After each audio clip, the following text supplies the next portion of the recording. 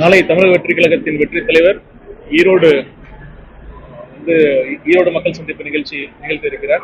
அதற்கான அனைத்து ஏற்பாடுகளும் சிறப்பான முறையில் அண்ணன் செங்கோட்டையன் அவர்கள் தலைமையில் ஏற்பாடு செய்யப்பட்டுள்ளது. நானும் அதற்கு கலந்து கொள்வதற்காக இன்று வந்தேன். அவரோட பிளான் என்ன சார்? எப்படி வராரு?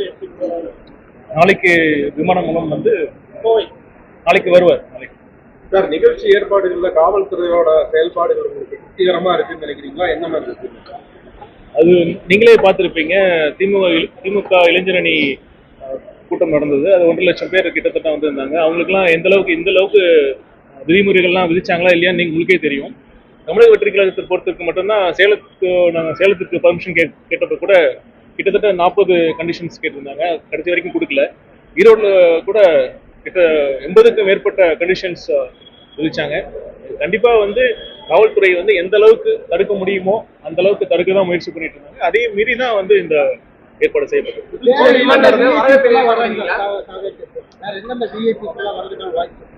அது வரும் கூடிய விரைவில் வந்து அது நடக்கும்.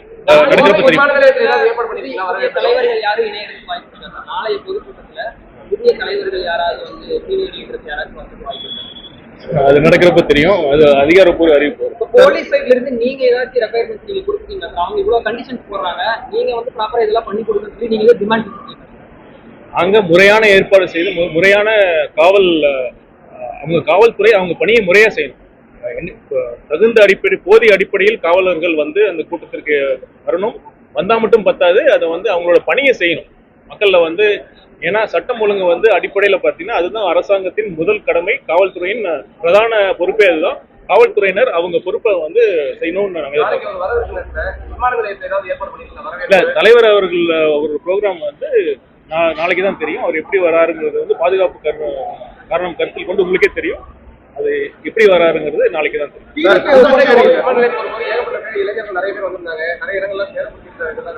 இல்ல கோவை விமான நிலையத்தில் வரான்னு நான் சொல்லவே இல்லை.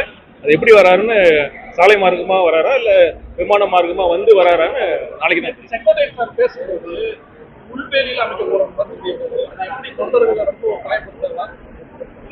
தொண்டர்களே வந்து கண்டிப்பாக வந்து அனைத்து தலைமையிலிருந்து ஒரு அறிவிப்பு நேற்றே வந்தது. தொண்டர்கள்லாம் எதெல்லாம் பண்ணணும் எதெல்லாம் பண்ணக்கூடாதுங்கிற ஒரு விதிமுறைகள்லாம் பொதுச் செயலர் அவர்கள் தலைமையில் வந்து அது ஒரு அறிக்கை சொல்லியிருந்தாரு.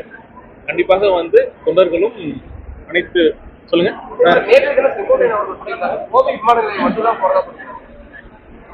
அதுதான் திரும்பவும் சொல்றேன். பாதுகாப்பு காரணங்கள் கருத்தில் கொண்டு தலைவர் அவர்கள் ப்ரோக்ராம் வந்து நாளைக்கு தான் தெரியும். புதுச்சேரியில நடந்த மீட்டிங் அப்போ சில கடைசி நேரத்துல சில தொண்டர்கள் வந்து QR கோட் இல்லாதவங்களே வந்து உள்ள அலோவ் பண்றாங்க. அது ஒரு பெரிய பிரச்சனை. அந்த மாதிரி ஈரோட்லயும் வந்து ஏதாவது இருக்குமா? இல்ல, அண்ணன் செங்கோட்டையன் வந்து இதை பற்றி ரொம்ப தெளிவா சொல்லிட்டாரு. QR கோடு இருக்காது, என்ட்ரி பாஸும் இருக்காது. பொதுமக்கள் யார் யார் வரணும்னு விருப்பப்பட்டாங்களோ அவங்க வந்து தலைவர் அவர்களை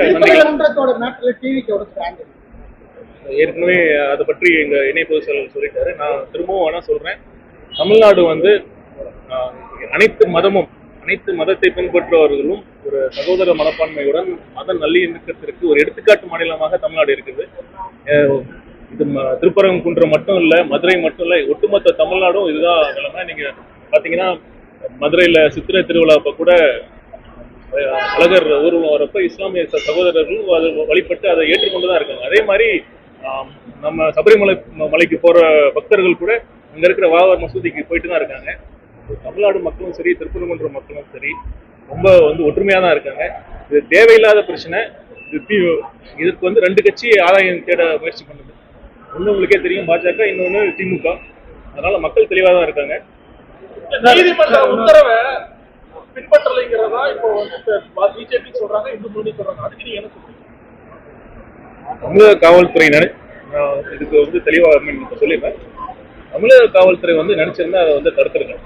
இதுதான் இதை வந்து தேவையில்லாம அதை வந்து நேரம் கடத்தி இந்த பிரச்சனையை வந்து ஒரு கூட்டம் சேர விட்டு இந்த பிரச்சனையை ஒரு பதட்டமான சூழ்நிலையை உருவாக்கிட்டாங்க.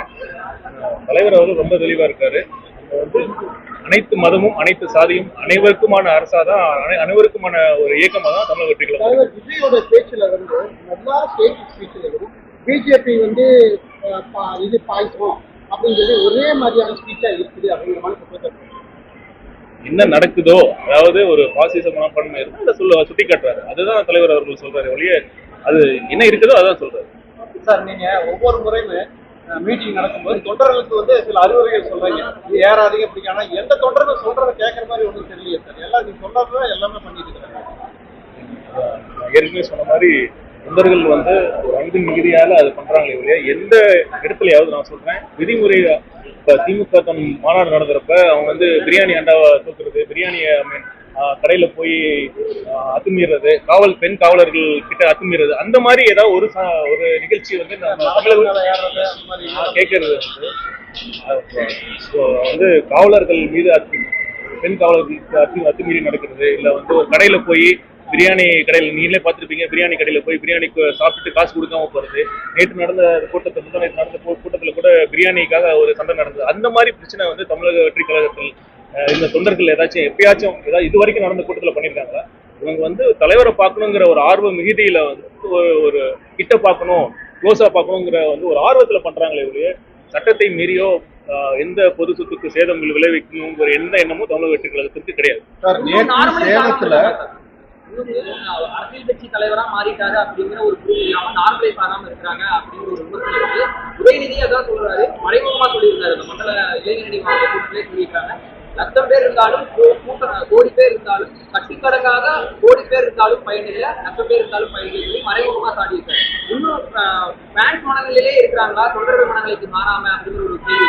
நான் அதை ஏற்றுக்கொள்ள மாட்டேன். தமிழக வெற்றி கழகத்தின் நீங்க சொல்றீங்கல்ல, அந்த தலைவரை பார்க்க வருகிற அனைவருமே தொண்டர்களாக மாறிவிட்டார்கள். தொண்டர்கள் வந்து சாதாரண தொண்டர்கள் இல்ல, தலைவர் மீது மிகுந்த பற்று கொண்ட தொண்டர்கள். அதுதான் வித்தியாசம். பாலக்கோட்டில் அந்த தமிழக வெற்றி கழகம் வந்து மதுபான ஆர்ப்பாட்டத்தில் வந்து தமிழக வெற்றி கழக தொண்டர் வந்து காவல்துறை ஒரு இவரை வந்து கையை கடிச்சு விட்டுட்டார். ஏதோ ஒரு நடந்த ஒரு சம்பவத்தை வச்சு நீங்க பொதுப்படையா அதை பேச தேவையில்லை சார். நேற்று சேலத்துல ஒரு தடை செய்யப்பட்ட 3 நபர்கள் ஆசிரியர் வந்து நபரை வந்து தாவேகா நிர்வாகி. ஒருவேளை அவர் தாவேகா நிர்வாகியா இருந்தா என்ன மாதிரியான நடவடிக்கைகள்? நீங்களே யூகத்தின் அடிப்படையில் தான் கேள்வி கேட்கறீங்க, அதை வந்தா பாத்துக்கலாம். நேற்றுக்கு பேசும்போது அண்ணாமலை வந்து நேரடியான விமர்சனம் இல்லாம அரசியல் சம்பந்தமான கருத்துகளோ இல்ல சர்ச்சைக்குரிய பிரச்சனைகள் வந்தாலோ சினிமா டைலாக் யூஸ் பண்ற மாதிரி உம்முடு கம்முடு இருந்து போயிடுறாரு. அரசியல் அப்படி இருக்கிறது வேலைக்காகாது அப்படி விமர்சிக்கிறாரு. மென்மையான போக்கையே விஜய் தொடர்ந்து கடைபிடிப்பதற்கு காரணம். அதாவது தலைவர் சொன்ன டைலாக் இருக்குல்ல, அது யாருக்கு பொருந்தமோ இல்லையோ நண்பர் அண்ணாமலைக்கு பொருந்தும். அவரு கம்முன்னு இருக்க வேண்டிய இடத்துல கம்முன்னு இருந்திருந்தா அவர் இருக்க வேண்டிய இடத்துல வந்து தொடர்ந்து இருந்திருப்பாரு. அதனால வந்து எங்க கட்சி தலைவர் வந்து எப்ப எது பேசணும்னு அவர் சொல்ல தேவையில்லை. எங்க தலைவருக்கு நல்லா நடந்ததுல ஐபிஎஸ் அதிகாரி செக்யூர் என்ன அவங்க அதான் நான் ஏற்கனவே சொன்ன மாதிரி புதுச்சேரி காவல்துறையினர் மிக சிறப்பாக செயல்பட்டார்கள். அதை பார்த்து தமிழக காவல்துறை கற்றுக்கொள்ளுது. அந்த ஒரு ஆபீசர் வந்து அந்த மாதிரி தமிழ்நாட்டில் ஒரு ஆபீசர் அவ்வளோ வந்து ஒரு இன்ட்ரெஸ்ட் எடுத்து பண்ணாங்கன்னு நீங்க சொல்ல முடியுமா? அந்த ஆபீசர் உண்மையுமே சிறப்பாக பணி செஞ்சாங்க. அது மட்டும் இல்லை, அவங்க டீமை வந்து பார்த்தீங்கன்னா அவங்க அந்த ஈவெண்ட்டுக்கு முன்னாடி அனைத்து டீம் மெம்பர்ஸ்க்கும் எவ்வளோ ப்ரீஃப் பண்ணாங்க, எப்படி நடக்கணும், ஒரு பதட்டமான சூழ்நிலை இருந்தால் நீங்கள் பதட்டப்படக்கூடாது அப்படிங்கிற மாதிரி ஒரு ப்ராப்பராக அவங்களுக்கு வந்து எஜுகேட் பண்ணி ட்ரெயின் பண்ணியிருந்தாங்க. அந்த மாதிரி ஒரு காவலர்கள் தமிழ்நாட்டிலலாம் எஃபிஷியன்டான காவலர்கள் இருக்காங்க. ஆனா அது மாதிரி அவங்களுக்கு அந்த பணி செய்யறதுக்கு அந்த போதிய சுதந்திரம் இருக்காங்கிறதா கேள்வி.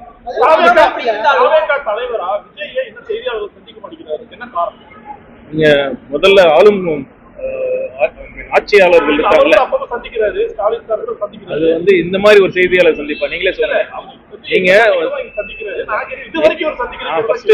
இந்த கேள்வி கேட்க வேண்டியது ஆட்சியாளர்கள் நோக்கி கேள்வி கேட்க. அவங்க வந்து ஒரு முறையான செய்தியாளர் சந்திப்பு இருங்க, நான் முடிச்சிடறேன். முறையான செய்தியாளர்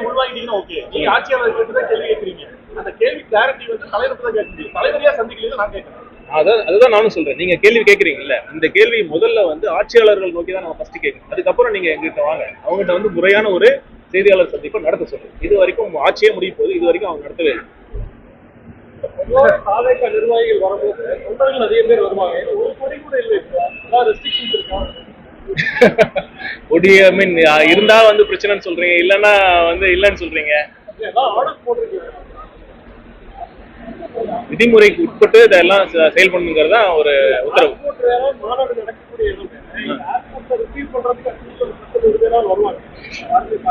இல்ல, அதெல்லாம் வந்து இதுதான் தமிழக வெற்றி கழகம். பத்தி யாராவது பேசிட்டு இருக்காங்களா? கூட்டணி கூட்டணிக்கு யாராவது பேசுறாங்களா? காங்கிரஸ் இல்ல, கடந்த மாவட்ட செயலாளர் கூட்டத்திலே வந்து ஒரு தீர்மானம் நாங்க ஏற்றிருக்கோம். அது என்னன்னா, கூட்டணி தொடர்பாக ஒரு குழு அமைக்கப்படும். அதை வந்து தலைவர் அவர்கள் அறிவிப்பார்.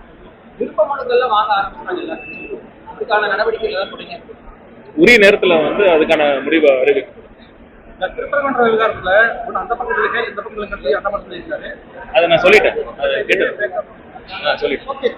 தலைவர் மக்களை சந்திக்கிறது எப்ப திட்டமிட்டிருக்காரு நேரடியாக? அதாவது இந்த மாதிரி கட்சி கூட்டம் இதை தவிர்த்து உங்களுக்கே தெரியும், தலைவர் அவர்களோட உண்மையான விருப்பத்தை சொல்றேன். அவர் கூட இவ்வளவு நாள் பழகினதுல சொல்றேன், அவர் மக்களை சந்திக்கிறதுல அவ்வளவு விருப்பம் இருக்கு.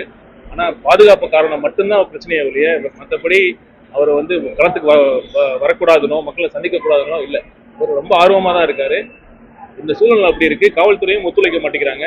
எவ்வளோ அரசும் வந்து அதுக்கான போதிய காவல்துறைக்கு அந்த சுதந்திரமும் கொடுக்கறது இல்லை. அதுதான் இங்க பிரச்சனை.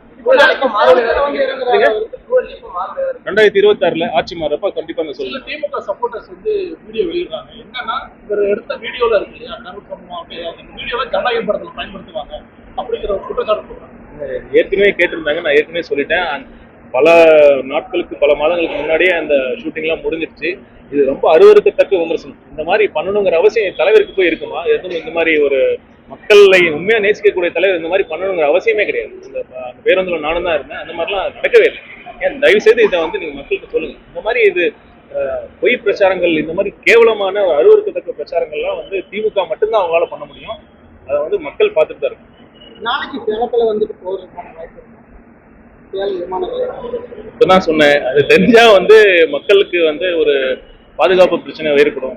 அதனால வந்து நாளை தலைவர் அவர்களோட பயண திட்டம் வந்து அவங்களுக்கு ஒரு க்ளோஸ் செக்யூரிட்டி டீம் அவங்க மட்டும்தான் முடிவு பண்ணுவாங்க. அதுபடி நடக்கும். பாதுகாப்பு மக்களுக்கான பாதுகாப்பான தலைவர்களான மக்களுக்கான பாதுகாப்பு எந்த மணிக்கு பேசுவாங்க? அந்த குறிப்பிட்ட நேரம் இருக்குல்ல, குறிப்பிட்ட எந்த நேரத்திற்கு அனுமதி வாங்கியிருக்காங்களோ அந்த நேரத்திற்குள்ளாக பேசுவாங்க. 2 மணி நேரம் தான் அனுமதிக்கிறாங்க. அதனாலதான் கேட்கிறேன். அந்த நேரத்திற்குள்ளாக அந்த நிகழ்ச்சி நடக்கும். தேங்க்யூ, நன்றி.